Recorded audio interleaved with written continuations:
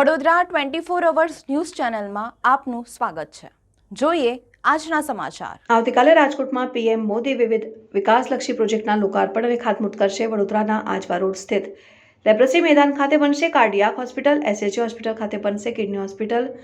બંને હોસ્પિટલનું આવતીકાલે ખાતમુહૂર્ત કરાશે ને 150 કરોડના ખર્ચે બનશે કાર્ડિયાક હોસ્પિટલ, 200 કરોડના ખર્ચે બનશે કિડની હોસ્પિટલ બ્લોક। ધારાસભ્ય મનીષાબેન વકીલનું નિવેદન। પીએમ મોદી અને મુખ્યમંત્રી ભૂપેન્દ્ર પટેલ નાગરિકોના આરોગ્યને લઈ જાગૃત રહેશે। આવતીકાલે બપોરે 3:30 કલાકે કાર્યક્રમ યોજાશે। મધ્ય ઝોન હોવાથી ગુજરાતની સાથે રાજસ્થાન, મહારાષ્ટ્ર, એમપીના કરોડો દર્દીઓને લાભ મળશે। પ્રથમવાર ફક્ત હૃદયને લગતું હોસ્પિટલ મધ્ય ગુજરાતમાં બનશે। 250 બેડની કાર્ડિયાક હોસ્પિટલ હશે, જેમાં 150 આઈસીયુ બેડ હશે। એસએસજીમાં કિડની અને સ્પાઇન હોસ્પિટલ બનશે। કાર્ડિયાક હોસ્પિટલ માટે 48 કરોડનું ફંડ મળી ગયું છે। આવતીકાલે આપણા દેશના વડાપ્રધાન શ્રી નરેન્દ્રભાઈ મોદીજી દ્વારા રાજકોટ ખાતેથી અલગ અલગ પ્રકલ્પોના ખાતમુહૂર્ત અને લોકાર્પણ થવા જઈ રહ્યું છે। એના ભાગરૂપે વડોદરા ખાતે પણ 350 કરોડના લાગતના 2 બિલ્ડિંગ્સના ખાતમુહૂર્ત થઈ રહ્યા છે અને એક કાર્ડિયાક હોસ્પિટલ હશે, બીજી હશે કિડની અને સ્પાઇનના રિલેટેડની એક હોસ્પિટલ। અને બંને હોસ્પિટલ 2 વર્ષ કે 2.5 વર્ષના ગાળામાં પૂર્ણ થશે। ખાસ ઇસ્યુ એ હતો કે કાર્ડિયાક હોસ્પિટલ એટલા માટે બનવામાં આવે કેમ કે મધ્ય ઝોનમાં વડોદરા પડે છે અને આજુબાજુના જિલ્લાઓને પણ નજીક પડે। સાથે સાથે અલગ અલગ રાજ્ય જે કે મહારાષ્ટ્ર, રાજસ્થાન અને મધ્યપ્રદેશ એવા લોકોને પણ આનો લાભ મળે એ વિઝન હતું।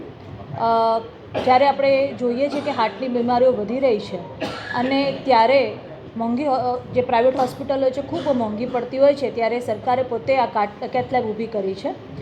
2021થી એક માંગણી હતી કે વિસ્તારમાં મોટી હોસ્પિટલ આવે અને આ ગ્રાઉન્ડ જે ખાસા વર્ષથી એસએસજીના હસ્તગત હતું, એટલે લગભગ 100 વર્ષ પછી એસએસજીની બીજી બ્રાન્ચ હોસ્પિટલ બની રહી છે એવું કહેવામાં આવે। કેમ કે પહેલાં જ્યારે આપણા મહારાજા સર સયાજી રાવે હોસ્પિટલ બનાવી એના પછી એસએસજી કમ્પાઉન્ડમાંથી પહેલીવાર એસએસજીની હોસ્પિટલ બહાર નીકળીને એક બીજા ગ્રાઉન્ડ પર જઈ રહી છે, ત્યારે વડોદરાવાસીઓને પણ ખૂબ ખૂબ અભિનંદન પાઠવું છું।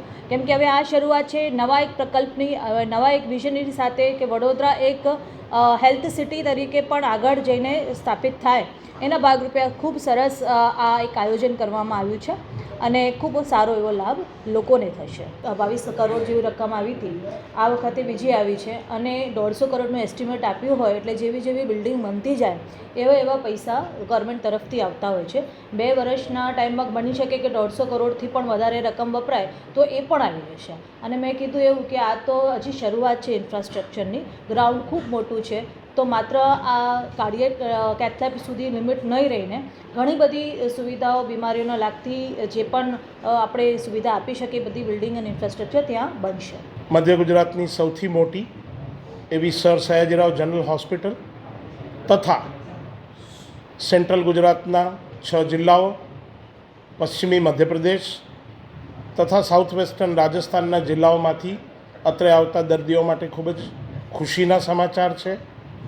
એસએસજી હોસ્પિટલમાં કાર્ડિયોલોજી અને કાર્ડિયોથોરેસિક સર્જરી માટે એક અલગથી સુપર સ્પેશિયાલિટી હોસ્પિટલનું ખાતમુહૂર્ત યશસ્વી પ્રધાનમંત્રી નરેન્દ્રભાઈ મોદીના હસ્તે આવતીકાલે રાજકોટથી થવાનું છે। આ પ્રોજેક્ટ કોસ્ટ 150 કરોડ। આ ઉપરાંત હયાત એસએસજી હોસ્પિટલમાં સ્પાઇન, ઓપ્થલ્મોલોજી તેમજ કિડની માટેના એક નવીન સ્પેશિયાલિટી બિલ્ડિંગનું આયોજન ઓપીડી સાથે એનું પણ ખાતમુહૂર્ત થવા જઈ રહ્યું છે। એ આશરે 200 કરોડ રૂપિયાનું આયોજન છે। બંને હોસ્પિટલો જ્યારે કાર્યાન્વિત થશે ત્યારે મધ્ય ગુજરાતની આ હોસ્પિટલ ખરેખર દર્દીઓ માટે એક આશીર્વાદ સમાનરૂપ બનશે અને અમે સુપર સ્પેશિયાલિટી સેવાઓ ખાસ કરીને કાર્ડિયોલોજી તેમજ કાર્ડિયોથોરેસિક સર્જરી, નેફ્રોલોજી, સ્પાઇન અને એડવાન્સ ઓપ્થલ્મોલોજીની સેવાઓ લોકો માટે ઊભી કરી શકીશું। Thank you. અંદાજ મુજબ 2 વર્ષનો ગાળો હોય, એક હોસ્પિટલ ખાતમુહૂર્ત થાય, કામ માટેના ઓર્ડર અપાય અને સમગ્ર હોસ્પિટલ લોકાર્પણ માટે તૈયાર થાય, આશરે 2 વર્ષનો ગાળો અંદાજિત।